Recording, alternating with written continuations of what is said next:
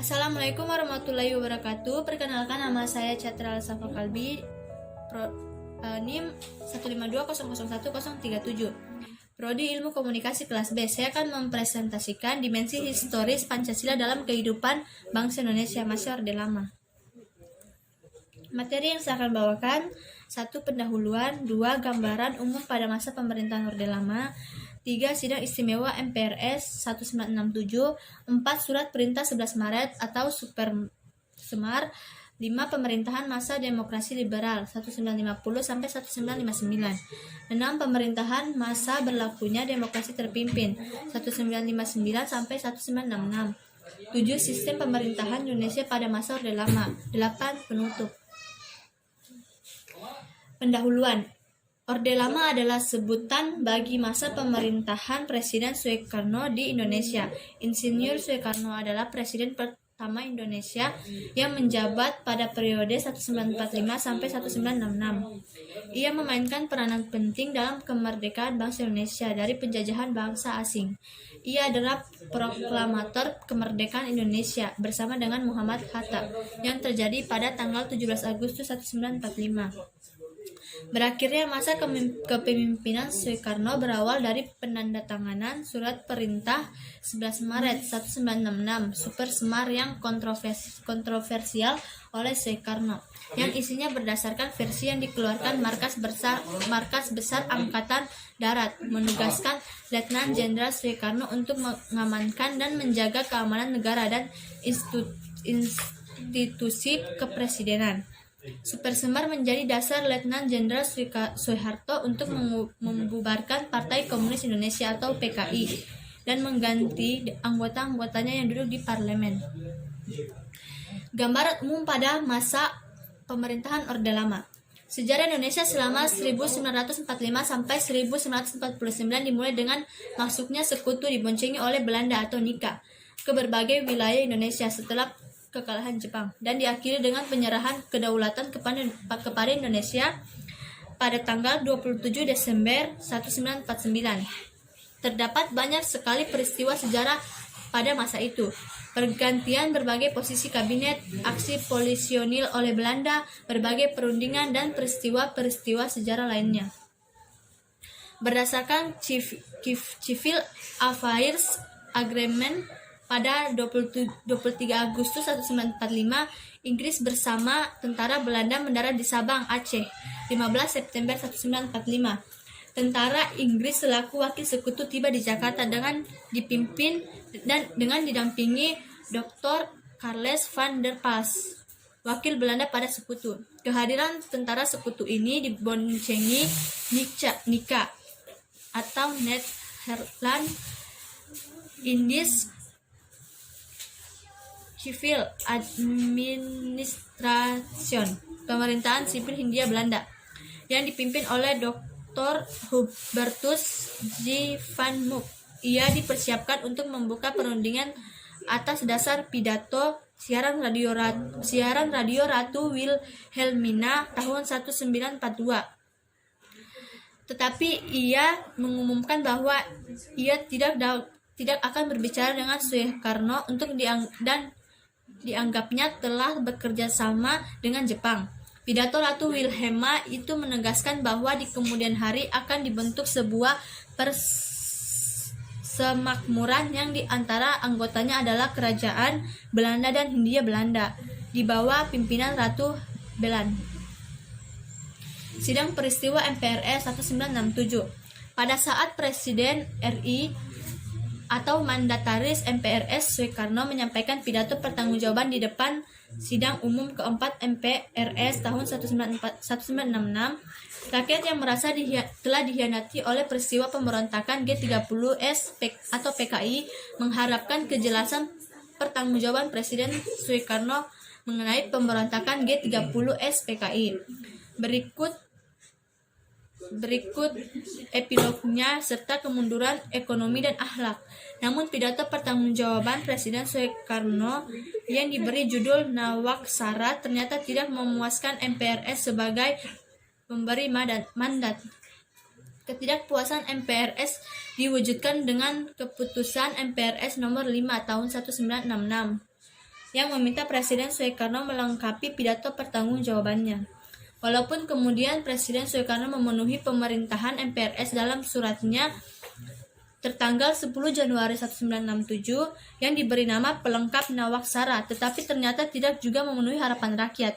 Setelah membahas surat Presiden tersebut, pimpinan MPRS berkesimpulan bahwa Presiden Soekarno telah lalai dalam memenuhi kewajiban konstitusional.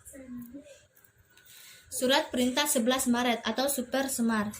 Surat Perintah 11 Maret atau Surat Perintah 11 Maret yang disingkat menjadi Super Semar adalah surat perintah yang ditandatangani oleh Presiden Republik Indonesia Soekarno pada tanggal 11 Maret 1966.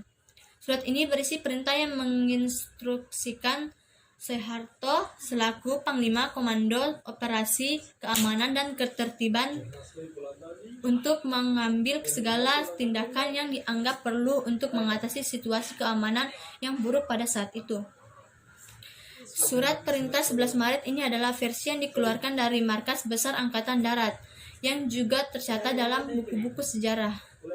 Sebagai kalangan sejarawan Indonesia mengatakan bahwa terdapat berbagai versi Super Semar sehingga masih ditelusuri naskah Super Semar yang dikeluarkan oleh Presiden Soekarno di Istana Bogor. Pemerintahan masa demokrasi liberal 1950 sampai 1959. 1.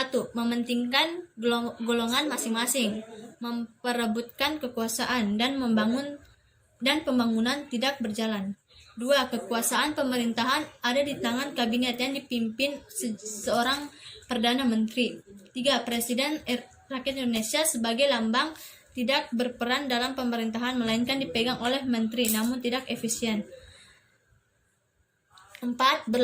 Berlaku demokrasi liberal. 5. Sistem ekonomi liberal LPE atau laju pertumbuhan ekonomi rata-rata 2,7% per tahun.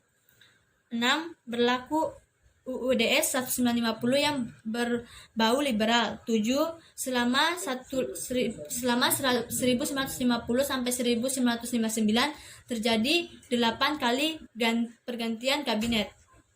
8. Situasi politik tidak stabil karena masing-masing partai yang berkuasa hanya mementingkan golongannya. Ekonomi tidak berkembang, pembangunan lainnya terbengkalai karena masa kerja kabinet pendek. Pemerintahan masa berlakunya demokrasi terpimpin 1959 sampai 1966. 1. Ekonomi sosialis. Aktivitas ekonomi ditangani pemerintah bukan individu dan timbul inflasi karena pembangunan besar-besaran. 2.